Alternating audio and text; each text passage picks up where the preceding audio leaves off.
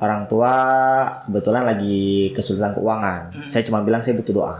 Saya butuh doa. Di situ saya pulang ke Langsa, saya persiapan semuanya. Selang 1 bulan, sekitar 1 bulan seminggu ya. Saya launching dagangan saya dengan konsep kaki 5. Ya, di alun-alun Kota Langsa. Dan bertahan sampai sekarang.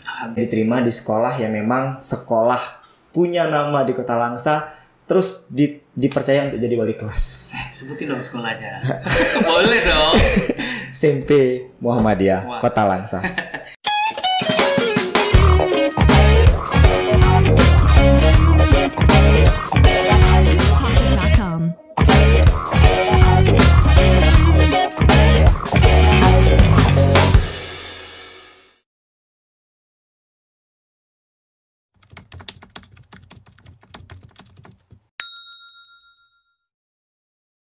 Assalamualaikum warahmatullahi wabarakatuh. Hai, apa kabar? Senang sekali di hari ini bisa ketemu lagi barengan Ari dan masih di studio MU Muhammadiyah tentunya. Dan senang sekali hari ini Ari nggak sendirian tentunya. Dan seperti biasanya Ari akan ditemani oleh salah satu narasumber yang luar biasa sekali. Dia seorang guru juga, seorang penyiar juga pernah, seorang pebisnis muda yang sukses juga. Wah, luar biasa, saya banyak talentnya yang dimiliki. Yuk kita sapa dia, ada Pak Jupri Marizal. Assalamualaikum Pak Jupri. Waalaikumsalam warahmatullahi wabarakatuh. Apa kabar? Alhamdulillah. Alhamdulillah. Luar biasa. Agak sedikit bingung waktu ditanya kabarnya. Apakah sedang tidak baik-baik aja nih? Enggak. Belum baik sebenarnya. Belum baik sebenarnya. Belum baik. Ya gimana nih hari ini kan alhamdulillah kita udah menjalankan puasa kurang lebih ada yang 20 atau 21. Jadi menjalani rutinitas dengan selama puasa ini bagaimana Pak Jup? Alhamdulillah, cuman karena sudah mendekati hari kemenangan sedikit banyak godaan ya. Godaan? Godaan, jadi udah 2 hari itu nggak kebangun sahur. Nggak kebangun sahur. Ini jadi penasaran siapa sih yang goda sebenarnya? Nggak ada ya, orang ketiga lah. Orang ketiga, wah luar biasa. Ya, jadi kayaknya kalau ngomong sama guru itu kayaknya senang gitu ya. Saya tuh ngerasa senang karena apa? Pancaran cahaya dari seorang guru itu kayaknya membawa sesuatu orang-orang yang positif, tidak ada kegelapan kayaknya ya gitu ya. Jadi seorang guru. Jadi kalau bisa dibilang Pak Jupri ini hari ini menjadi salah satu guru yang banyak digandrungi oleh siswi-siswi SMP Muhammadiyah. Siswi aja gitu. Siswi ya, yang lebih saya banyak dengarnya sih biasanya siswi yang Siswa lebih, ada. Pak Jupri katanya. Ya yang masih hari ini saya dengar masih siswi ya, karena mungkin disiplinnya, mungkin juga karena ketampanannya. Amin. Ya. Alhamdulillah. Jadi apa sebenarnya sih Pak Jupri sehingga yang bikin mereka jadi pengen terus, Pak besok kita ketemu lagi, belajar lagi ya. Padahal yang seperti kita tahu di zaman kita sekolah itu guru matematika khususnya itu pasti yang dikenal dengan yang killer, takut, kejam. Hari ini kayaknya image itu berubah ketika Pak Jupri masuk di SMP Muhammadiyah. Ya, alhamdulillah. Jadi simpel aja sih. Tetap jadi diri sendiri. Satu, untuk dari diri kita sendiri, attitude kita diri sendiri, dan ilmu yang udah kita dapat dari pelajaran pendidikan yang udah kita tempuh. Ya. Jadi pertama tetap jadi diri sendiri apapun itu, tapi dalam ranah SOP yang kita jalankan. Dan pastinya. Jadi tetap walaupun di rumah, di luar kita sama seseorang, siapapun, teman, keluarga, kita senyum-senyum gitu kan, kita marah sedang marah, kita aplikasikan dalam siswa juga. Jadi nggak perlu di depan siswa itu kita harus muka sangar. Saya nggak bisa untuk menjadi seperti itu atau berpura-pura. Ya santai aja. Saya lagi kumat gilanya ya gila gitu kan. Jadi lebih natural ya. Ya gila gitu. Jadi natural aja. Cuman lagi belajar, silakan kita di ranah pembelajaran gitu kan. Dibuat serius, lagi tidak fokus, bercanda boleh bercanda. Karena kan di setiap step by step, menit per menit itu pasti ada jeda. Di jeda itu kita nggak perlu harus terlalu serius. Kita buat santai atau gimana caranya. Gitu. Nah, jadi bukan terbawa dalam profesi yang memang image yang lama ya, tapi lebih kepada bagaimana pembawaan diri kita untuk terus bisa bagaimana menyampaikan apa yang kita mau ya. Jadi bantahan yang lebih tepatnya bagaimana nih Pak Jup? Maksudnya kan matematika ternyata menyenangkan loh, dan gurunya juga menyenangkan, nggak seperti yang mungkin yang pernah didengar sebelumnya gitu. Iya, benar. Jadi dari pelajarannya mungkin itu udah didengar, wah matematika gitu. Wah matematika. Kalaupun kita lihat ya, kita fokuskan ya, kita teliti, kita niatkan, insya Allah bisa. Ya, tapi kalau dari awalnya ini kita udah ya matematika gitu. Iya, matematika. Itu udah dari niat awal aja udah gak enak gitu. Jadi gimana untuk kita masuk dalam ilmu yang disampaikan. Iya. Itu pasti. Jadi dari awal niatnya dulu, terus berusaha gitu. Simpelnya gini kuncinya. Ada beberapa tips-tips yang memang diajarkan oleh guru dan dosen saya. Yang pertama, pelajaran apapun ya, usahakan duduk di depan. Saya diberi ilmu waktu saya kampus, duduk di depan. Apapun yang guru atau dosen transferkan, itu langsung kena di otak kita. Kan di depan tuh, langsung kena di kepala kita. Nah, ngerti nggak ngerti kita bakalan ngerti biarpun sedikit. Kalau di belakang itu udah tertangkis dengan yang di depan. Jadi kalau pelajaran susah, yang di depan pasti ada ngerti sedikit, yang di belakang udah makin nggak ngerti pasti. Itu saya nggak tahu, tapi memang kode dan kebanyakan yang dilihat. Nah, itu satu. Kedua, dibawa enjoy, dibawa santai, apapun itu.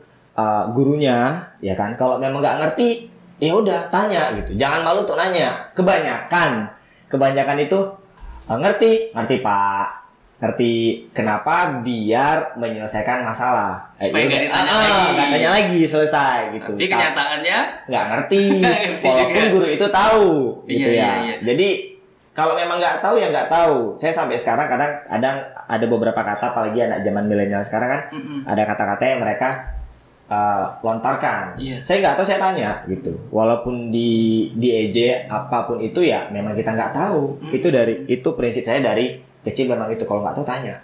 Jadi nggak perlu malu untuk bertanya.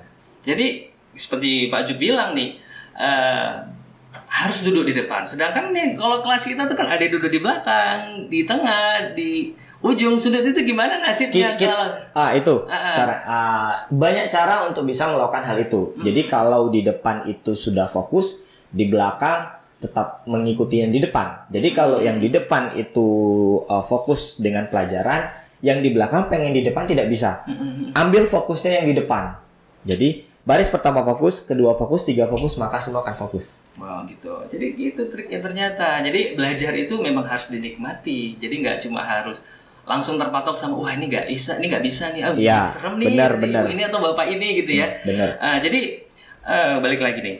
Jadi kan guru matematika nih. Apakah sebelumnya untuk menjadi seorang guru matematika dulu di masa kecilnya atau di SD suka dengan matematika, ataukah memang ya udahlah ini udah kejebak di jurusan matematika, mau nggak mau ini harus bisa gitu? Gimana sebenarnya Pak Jit? Sebenarnya saya juga nggak suka matematika dulu. saya juga tidak suka matematika. Ya dari SD memang nggak suka, sampai SMP kelas 1 juga nggak suka, kelas 1 tidak suka juga, belum suka, kelas 2 belum suka, tapi udah tuntutan. Karena waktu kelas 2 SMP alhamdulillah saya masuk di kelas inti ya. Jadi saya terkejut masuk kelas inti gitu kan. Jadi di mana itu yang otak-otaknya otak olimpiade semua, sementara kita yang masih ciut lah gitu kan. Jadi punya tanggung jawab gitu, gimana cara kita bisa dapat setidaknya 20 besar. 20 besar di kelas inti bisa masuk dalam 10 besarnya di kelas yang lain gitu. Jadi harus targetnya di 20 besar lah. Walaupun 10 besar udah jelas enggak, karena kenal teman-teman yang memang udah hebat-hebat, udahlah 20 besar aja. Jadi kalau nggak tahu, cari tahu gitu. Nggak ngerti apa yang diajarin guru, kita bertanya. Nggak ngerti juga, tanya sama yang pintar gitu. Tanya sama yang pintar, biarpun ya pintar tuh pelit. Tanya sama kakak letting. Banyak cara kan? Banyak cara. Terus kalau kebetulan dulu paman saya guru matematika hebat, jadi tanya sama paman. Jadi banyak cara untuk bisa melampaui itu. SMP kelas 3 saya juga masih belum suka. Sukanya matematika kelas 1 SMA.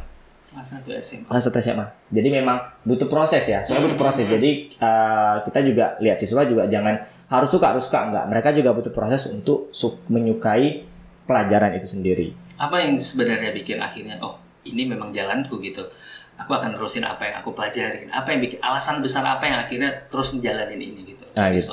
Jadi kan kalau identik guru matematika itu adalah guru yang tidak pernah absen ya, hadir selalu gitu ya. Hadir selalu dan tidak satu hari kita tidak masuk itu bakalan ketinggalan. Nah jadi seperti itu. Jadi saya pernah kejadian saya sakit sampai demam, sampai nggak sanggup bangun. Orang tua tahu saya sakit, tapi saya usahakan kuat. Saya cuma bilang masih sanggup. Nah, saya usahakan bisa dapat masuk pelajaran matematika dulu. Selesai pelajaran matematika, kalau memang sanggup lanjut sampai pulang, kalau nggak sanggup pulang. Nah, itu setidaknya matematika sih cuma matematika aja fokuskan itu dulu. Selesai matematika aman, tenang. Kenapa? Kalau tidak masuk satu hari matematika, itu pasti udah apa sih, udah kebingungan harus mencari gabut ya. Harus nggak tahu gimana ini materi ini gimana gitu, pinjam catatan temen, terus pinjam catatan doang, kita lihat kita yang nggak ngerti, tanya lagi, belajar lagi, jadi kayak 2 kali kerja. Jadi mending pertahankan sakit, capek-capek dulu dapat ilmu, baru tidur lah gitu. Itu jadi kan ini memaksa diri untuk terus bisa datang ke sekolah. Itu dikarenakan memang suka atau karena ini gurunya bapaknya, kan kalau guru-guru dulu kan pasti kan kita tahu gimana ya. Tapi ternyata juga mendidik kita menjadi tetap kuat dan mau berusaha. Saya sukanya itu bukan karena dia humble, karena dia ceria, enggak. Dia tegas dan menjelaskannya itu sikat, padat dan jelas. Walaupun ngasih tugasnya itu memang buat punya kepala, gitu kan. Punyeng memang kan. Jadi karena ketegasannya itu dan cara dia mengajar juga aman, jadi saya suka. Itu nggak banyak main sih memang. Jadi memiliki atau pernah diajari oleh guru yang seperti itu, apakah akhirnya hari ini Pak Job mengikuti guru tersebut dalam cara belajarnya? Itu waktu tamat SMA masih bingung nih mau lanjut ke perguruan tinggi mana ini, ya kan? Dari SMA udah dibilang sama orang tua bakalan masuk kalau nggak Akper FKM.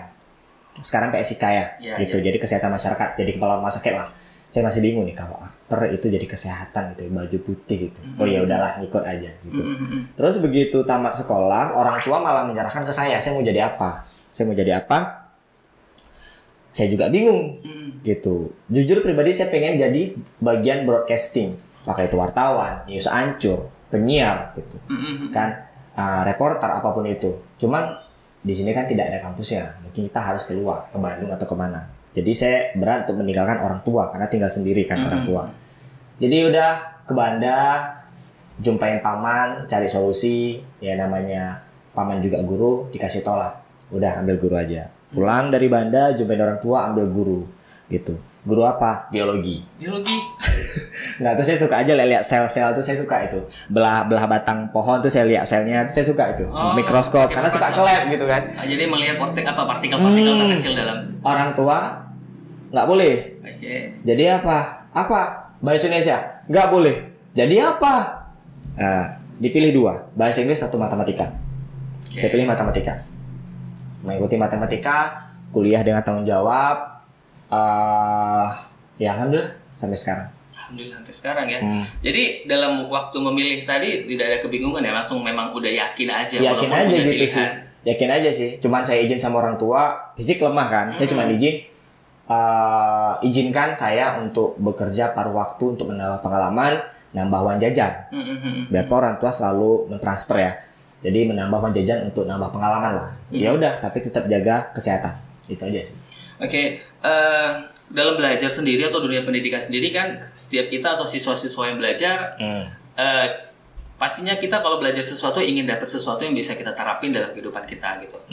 Mungkin kebanyakan dari sebagian orang atau termasuk saya juga mungkin dulu malas belajar matematika, mungkin nggak tahu untuk apa nantinya kan seperti itu kan. Bener. Nah kayak kita belajar contoh lah, kalau kita belajar agama, pendidikan agama, di situ diajarin tentang sholat jenazah, cara bertayamum, dan itu memang kita terapin dalam kehidupan sehari-hari. Nah untuk matematika sendiri nih, ya barangkali aja dengan penjabaran Pak Jupri tadi mungkin bisa makin tertarik siswa-siswa, orang-orang yang suka mencintai matematika dalam kehidupan sehari-hari. Kita bisa bawa itu kemana sebenarnya? Memang kalau dilihat dari bukunya, ini apa rumusnya, ini apa tabel gitu ya, ini apa tabel.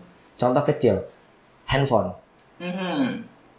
tidak akan bisa dibuat kalau tidak ada ilmu matematika. Wow.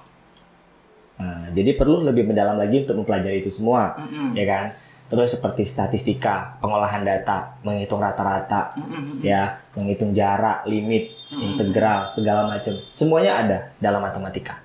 Dan memang kita pelajari itu semuanya ada di dunia yang kita hadapin. Walaupun sekarang kita sudah nampak hasilnya, ya komputer tuh nggak akan bisa ada kalau tidak ilmu matematika. Iya. Itu dia aplikasikan. Termasuk algoritma tadi ya, kayak sekarang lagi streaming ya kan, semua menggunakan algoritma ya. Benar. Seperti mungkin kayak random sampling, seperti permainan Ludo, Monopoly kan itu ada dadu. Iya. Nah itu dadu kan siswa hanya tahu bermain aja dadu, dua buah dadu di shake terus dikeluarin muncul angka. Itu kan ilmu juga. Peluang munculnya itu berapa, angka berapa yang ada maksudnya ada estimasinya atau ada hal-hal yang gimana gitu yang bisa meyakini ini bakal keluar sekian gitu atau gimana maksudnya? Iya, untuk menebak kita tidak tahu ya, cuman kita bisa tahu prediksinya ada berapa untuk yang keluar dari 2 buah dadu disik itu. Itu dia. Jadi semuanya ada dalam matematika seperti rubrik tahu yang kotak-kotak kecil. Nah, itu. Iya, bener-bener. Itu kalau kita main permainan kita cuma main aja. Ini gimana cuma sebuah teka-teki. Tapi kalau kita pelajari, kita dalam itu ada trik dari ilmu matematika untuk bisa gitu. Makanya sampai ada kalau yang udah pro itu sampai merem ya kan, sampai merem berapa detik, kurang dari 1 menit mereka bisa untuk menyelesaikan rubrik itu. Jadi bukan sekedar cuma latihan aja ataupun aji mumpung, ternyata juga ada rumus khusus dalam menyelesaikan seperti itu. Nah, mungkin bisa jadi ya dengan adanya Pak Jupi jelasin ini, mungkin anak-anak bisa lebih termotivasi untuk menyukai matematika. Amin. Ya. Insya Allah. Karena bukan tentang rumus yang dihafal capek sakit kepala. Benar, tapi konsepnya harus tahu. Ya. Jadi harus dikasih gambaran. Ini kalau belajar ini kita akan dapat kayak gini. Benar. Gini. Dan itu kayaknya bisa ranah ke semuanya, bisa menyebar ke komputer. Mungkin nanti dia bisa IT bisa atau menjadi seorang apalah yang sifatnya mungkin yang menggunakan rumus seperti matematika ya. Benar. Wah, luar biasa nih. Saya juga baru tahu nih ya, walaupun dulu belajar juga. Ya jadi kan sampai hari ini juga nganggap sih kalau matematika sih belajar. Cuma yang saya tahu tadi mungkin kalau ilmu matematika itu yang dipakai untuk perdagangan ya, ada memanajemenkan sesuatu dalam matematika itu ada memang. Kayak presentasi ataupun membuat sebuah laporan seperti itu aja gitu. Enggak, kalau ternyata akhirnya sampai bahkan ke teknologi berarti memang hal penting ternyata yang harus banget penting dimanapun. Jadi ada siswa bilang ini ke saya kelas 3, habis ini selesai mau nyambung kemana gitu kan. Pokoknya nggak ada matematikanya Pak. Dia jawabnya seperti itu. Ya, jadi saya jawab, kemanapun kalian pergi akan muncul matematika.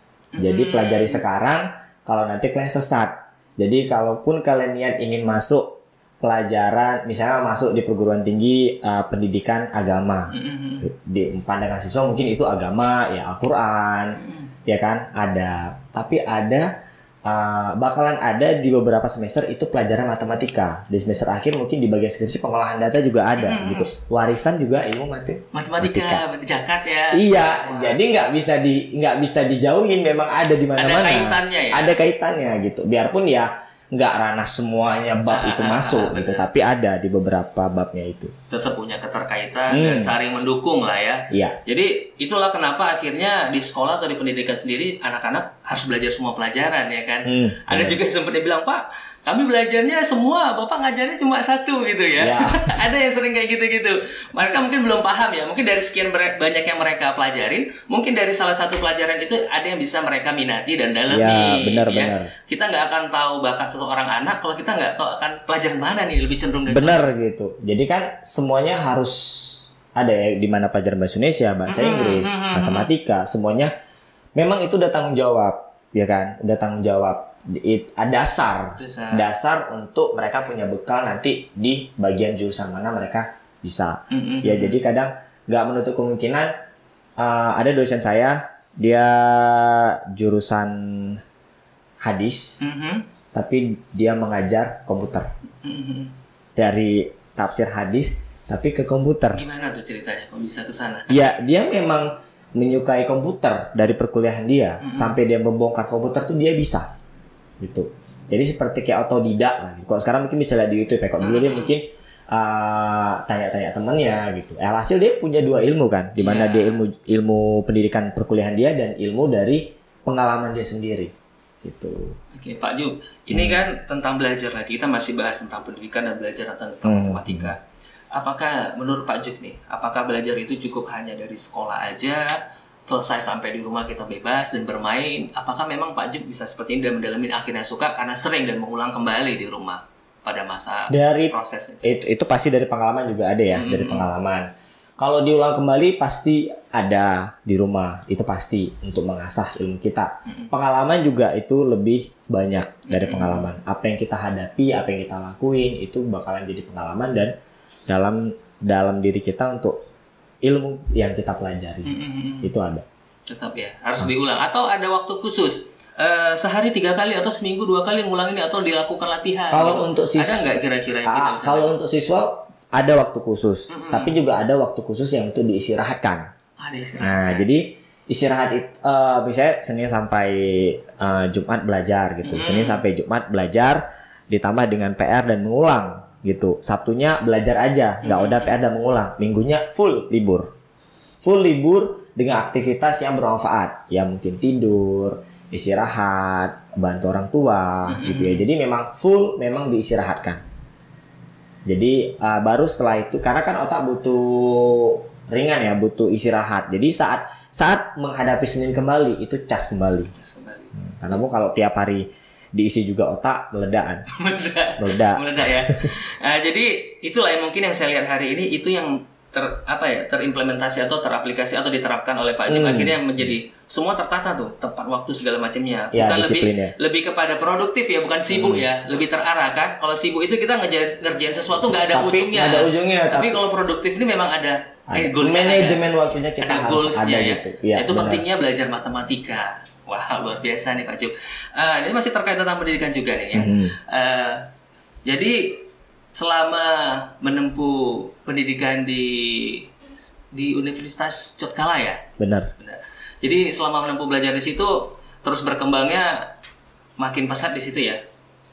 Bidang apa nih? Di bidang matematikanya. Insya Allah. Insya Allah. Cuman dalam ranah kegiatan kampus saya kurang. Tidak ada malah. Memang saya niatkan gitu. Jadi memang fokus belajar, tidak ada ikut kegiatan biar cepat selesai. Karena emang kuliah itu kan capek. Capek banget. Banyak tugas, ya kan? Belum lagi di jam-jam luar tambahan yang harus kita hadapi gitu. Apalagi ya memang kita sendiri punya kegiatan luar yang lain gitu. Ini ingat ya perkenalan lama, kita kenal 2012 ya, dan saat itu juga Pak Ajib juga sedang melanjutkan kuliahnya ya. Dalam kegiatan yang padat seperti itu, kemudian ternyata bisa menjadi seorang penyiar radio juga. Itu bagaimana awal mulanya? Akhirnya ini matematika ngitungin angka, kenapa ngomong-ngomong? Apa ngomong harus dihitung juga? Gimana maksudnya itu? Itu dia. Mungkin penyiar radio itu dari hobi ya. Dari hobi. Emang sih dari SMA itu saya punya pikiran, karena saya adalah siswa yang tidak dikenal sama guru, sama sekolah. Tapi saya berkeinginan pengen dikenal gitu. Jadi saya nggak pernah tuh jadi ketua OSIS tuh nggak pernah, ketua kelas nggak pernah, pasukan upacara nggak pernah gitu. Nggak tahu mungkin karena kecil pendek ya kan, nggak nampak gitu. Jadi nggak ada. Jadi pengen gitu. Pensi juga nggak pernah. Jadi teman-teman sampai ada kegiatan 3 pensi itu dia 3 tampil. Jadi abis nari ini turun ganti baju, tampil lagi puisi turun. Jadi dia bisa 3. Kenapa nggak kasih aku 1 gitu? 1 aja nggak dikasih. Jadi pengen dikenal, pengen dihargai mungkin ya. Pengen nampak ini loh. Ngebangun branding saya sendiri gitu. Ya, memperkenalkan itu dia ya kan, pengennya juga broadcasting gitu kan. Ya udah. Jadi awalnya cuma sampai Kelangsa dengar radio. Terus saya juga sebelum radio saya juga ada kerja paruh waktu kan. Itu di kafe, ada di kafe di rumah makan. Jadi nambah relasi di situ juga. Terus ya udah tiba-tiba dengar kawan ke kawan itu katanya lagi buka loker. Loker. Sebenarnya saya nggak mau gitu kan, malu dan minder. Coba dulu katanya. Coba dulu katanya gitu kan. Kata teman saya. Oh ya udah, saya buat berkas, saya taruh di sana, dipanggil itu sekitar ada 20 peserta. 20 peserta audisi, saya gelombang kedua, 20 peserta audisi. Yang terpilih 5 terpilih 3. Salah satunya saya. Dan saya pria sendiri. Pria yang lain cewek-cewek? Cewek 2. Lebih yang seganteng sendiri dong? Ya amin. Itu radio mana pertama kali mulai mengudara dan banyak yang dengar suaranya? Radio Gipsy ya, Gipsy FM. Itu yang pertama sekali. Tapi sebelum di situ saya ada dipanggil karena dari temen di Geraha FM. Cuman 2 bulan sih. Tidak ada dibayar, tapi di situ belajar. Di situ kenal sama teman, sampai diajak sama teman buka bersama seluruh penyiar Kota Langsa. Di situ saya lihat penyiar-penyiar yang saya dengar, oh ini orangnya gitu. Udah. Jadi waktu di Gipsy FM saya coba, ya kan, waktu audisi itu ada satu penyiar yang tahu saya. Jadi dia sampai cuman garuk-garuk kepala gitu. Penyiar, nanya penyiar gitu kan. Saya cuma jawab, saya belum senior gitu. Saya belum apa-apanya gitu. Ya alhamdulillah saya terpilih. Saya terpilih dan tahun 2016 berapa itu ya? 11. 2011 ya? Ya 2011 saya terpilih jadi penyiar radio sampai tahun 2018. Dan sampai hari ini masih ada rasa rindu nggak kira-kira untuk tetap pengen ngejalani rutinitas yang dulu mengudara, terus yang menghibur banyak orang, khususnya Kota Langsa sendiri ya kan? Ya rindu ya. Rindu juga kadang lihat dengar lagu gitu kan, dengar lagu yang kita suka, mungkin lagi di mana gitu kan, di mobil atau di mana, itu kayak jadi kayak ngomong sendiri gitu kan. Kayak ngomong sendiri dulu waktu siaran. Rindu pasti. Ini saya penasaran nih, Pak Jupri domisilinya asli Langsa atau anak perantauan nih? Perantauan, saya bukan asli Langsa. Perantauan, saya bukan asli Langsa. Di mana tempat? Saya Aceh Utara, tepatnya di Cotgiri. Cotgiri itu Lok Sukun. Oh jauh. Ya, Kabupaten Aceh Utara, kecamatannya di Cotgiri ya. Kalau dulu kecamatannya Lok Sukun. Jadi kalau mungkin bingung ya, di mana Cotgiri? Cotgiri itu daerah kebun sawit, PTPN 1. Jadi memang dari jauh. Dari jauh berangkat ke Langsa, tujuannya kuliah, cari ilmu, ya udah. Dan alhamdulillah nggak pulang-pulang.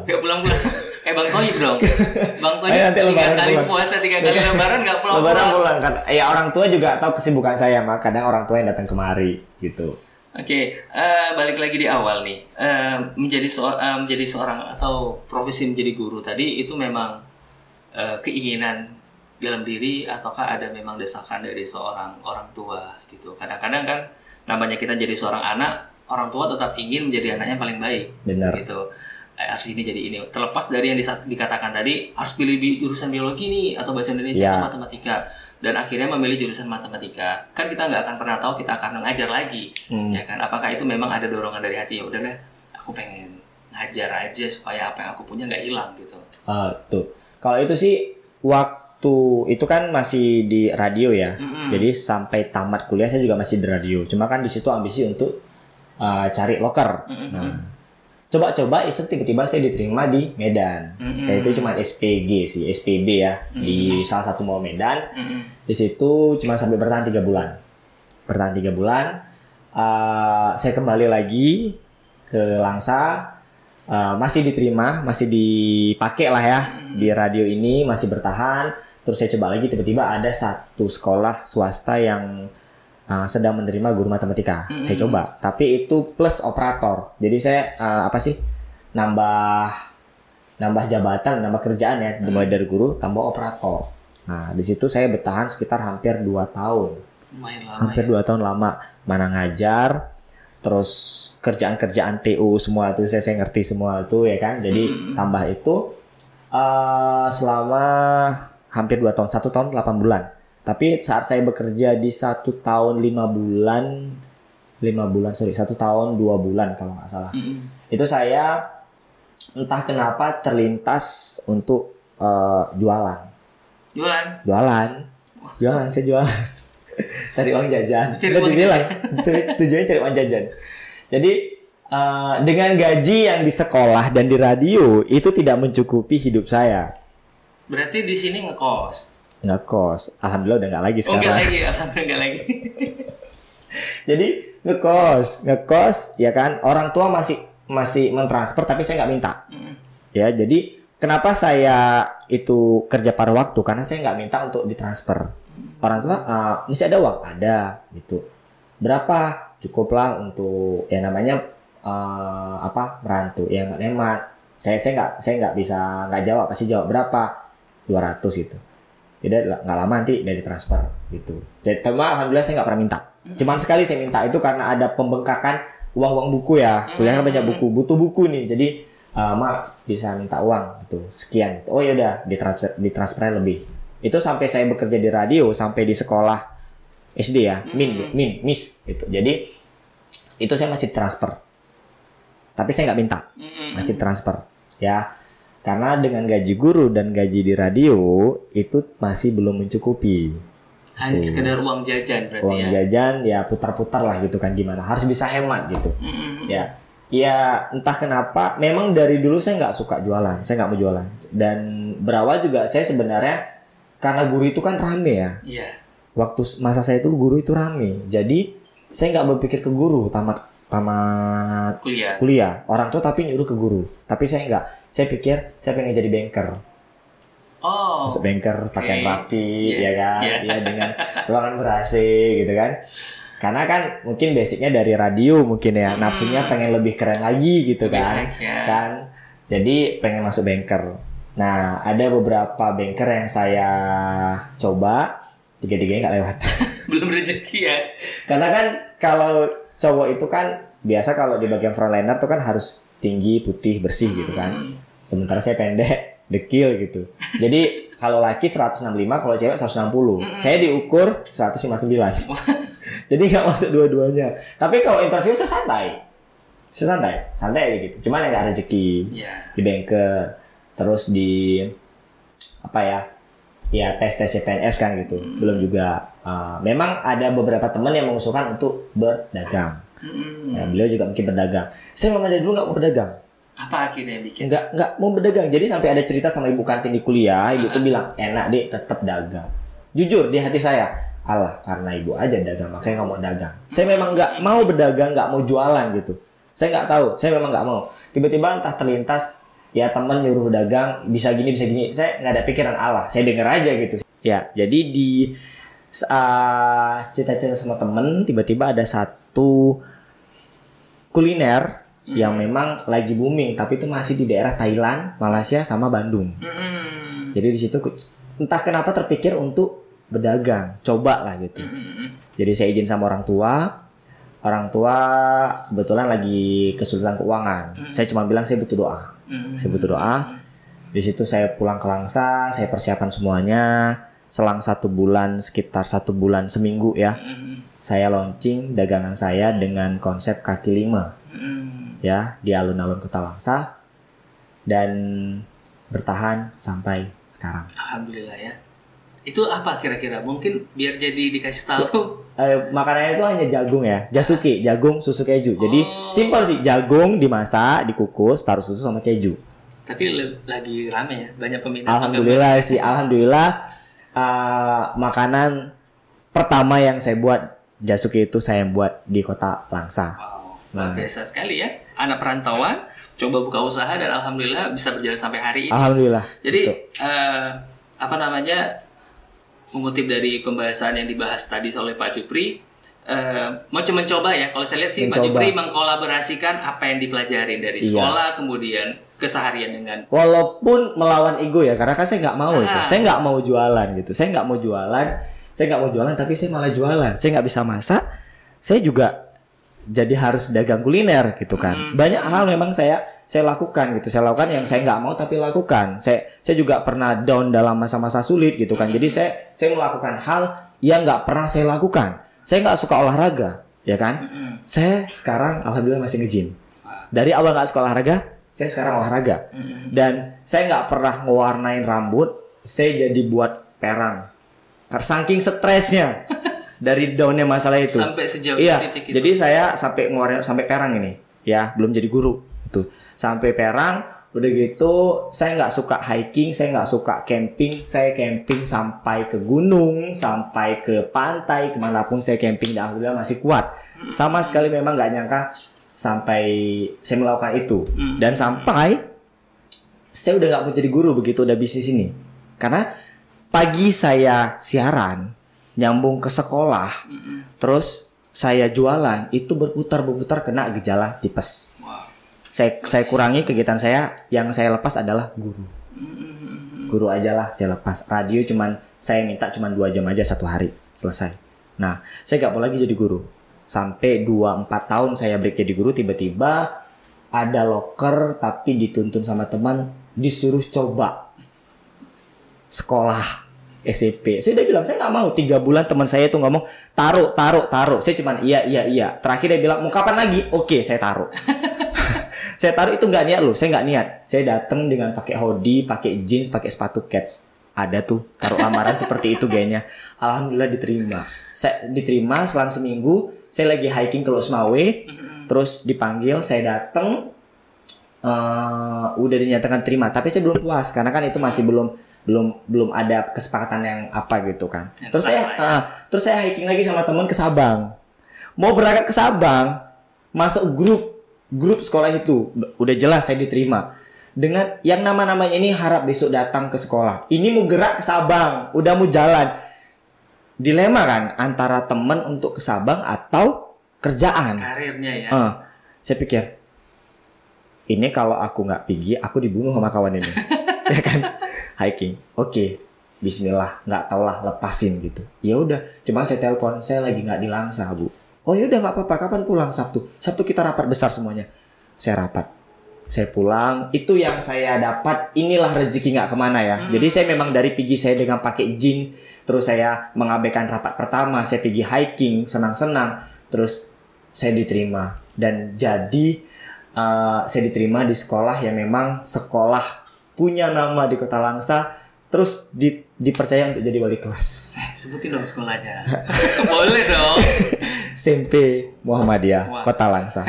Ya kita doain juga ya, mudah-mudahan sekolah kita menjadi sekolah yang baik, dan insya Allah juga guru-gurunya punya mutu yang berkualitas dan baik lah.